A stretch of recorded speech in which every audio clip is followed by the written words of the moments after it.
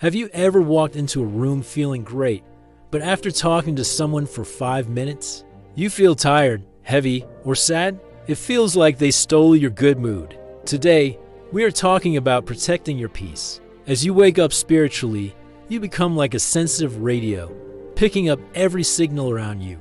But being sensitive shouldn't mean being a victim. In the world of oneness, we are all connected. We don't have to soak up everyone's trash. Today, I will teach you how to stay clean and bright, even when the people around you are living in the dark. Let's learn how to be a light, not a sponge. The first thing you must understand is how your energy works. Most sensitive people are sponges. A sponge sits in a bucket of water and soaks up whatever is in that bucket. If the water is dirty, the sponge becomes dirty. If the water is soapy, the sponge becomes soapy. When you live as an energy sponge, you are at the mercy of everyone around you. If your boss is angry, you feel angry. If your friend is depressed, you feel depressed. This is a very exhausting way to live because you never feel like yourself. You are just a collection of other people's moods. In spirituality, we want to move from being a sponge to being a light. Think about a light bulb in a dark room. The darkness is there, but it cannot soak into the light bulb. Instead, the light bulb pushes the darkness away. The light stays pure because it is connected to a power source. Your power source is oneness, the infinite energy of the universe. When you realize you are connected to this source, you don't have to take anything from others, and they cannot take anything from you. The ego is what makes us act like sponges. The ego wants to fix everyone or feel for everyone so it can feel important. But you cannot help a drowning person if you jump into the water and drown with them. Protecting your peace starts with a simple mental shift. I am in this room, but I am not of this room. You can see someone's pain without letting it enter your heart. This is called mind cleaning. It is the process of reminding yourself that their anger belongs to their ego, not to your soul. When you stay in the light mode, you actually help the other person more. By staying peaceful, you show them that peace is possible. You become a stable ground for them to stand on. If you soak up their anger, now there are just two angry people in the room. That helps no one. Today, make a choice, stop soaking and start shining. You are not a bucket for other people's garbage. You are a vessel for the divine light. We often talk about negative energy like it's a monster coming to get us. But what is it really? From the perspective of oneness, there's only one energy in the universe, and that energy is love. So-called negative energy is just energy that has been blocked or twisted by the ego. It is like a river that has become stagnant because of a dam. It isn't evil water. It's just water that has forgotten how to flow. When someone is being negative toward you, they are really just showing you how much they are hurting. Their ego is in a state of lack. They feel separate from the source, and they are trying to get energy from you by making you react. If you get angry back, you have given them exactly what they wanted. You have joined them in the drought. Protecting your peace means seeing through the mask of the ego. When you look at a negative person, try to see the small, scared child inside them that is crying out for connection. This doesn't mean you have to let them treat you badly. It means you stop taking it personally.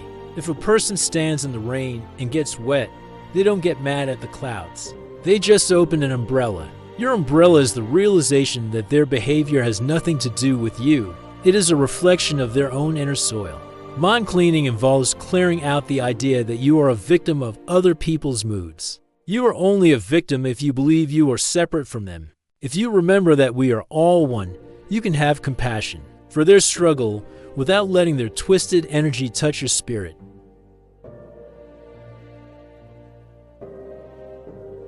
You answer it by staying in your peace.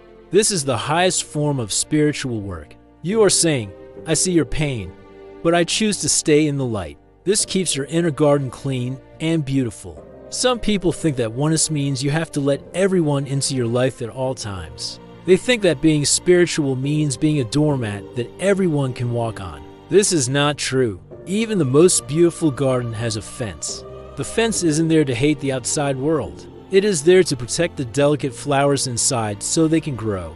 Setting boundaries is an act of love, not just for yourself, but for the universe. In the world of the ego, people use guilt to break your boundaries.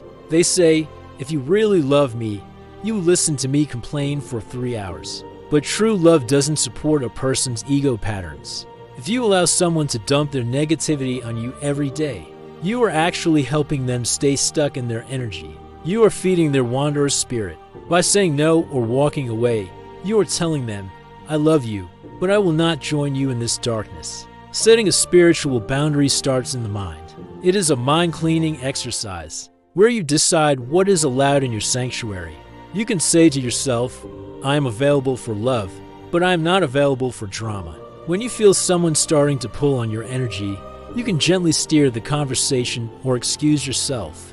You don't have to be mean. You can be like the wind. You just move around the obstacle. Remember, you are the gardener of your soul. If you let people throw trash in your garden every day, don't be surprised when your soil stops yielding. You have a responsibility to keep your vibration high, so you can serve the world. If you are drained and exhausted, you have nothing to give to the people who truly need you.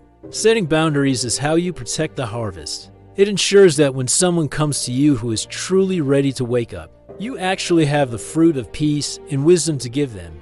Boundaries are the walls of your temple. Keep them strong so the light inside stays bright. Just like you wash your body every day, you must wash your energy. No matter how good you are at protecting your peace, you will still pick up dust from the world. If you don't wash this off, it builds up over time until you feel heavy and grumpy for no reason.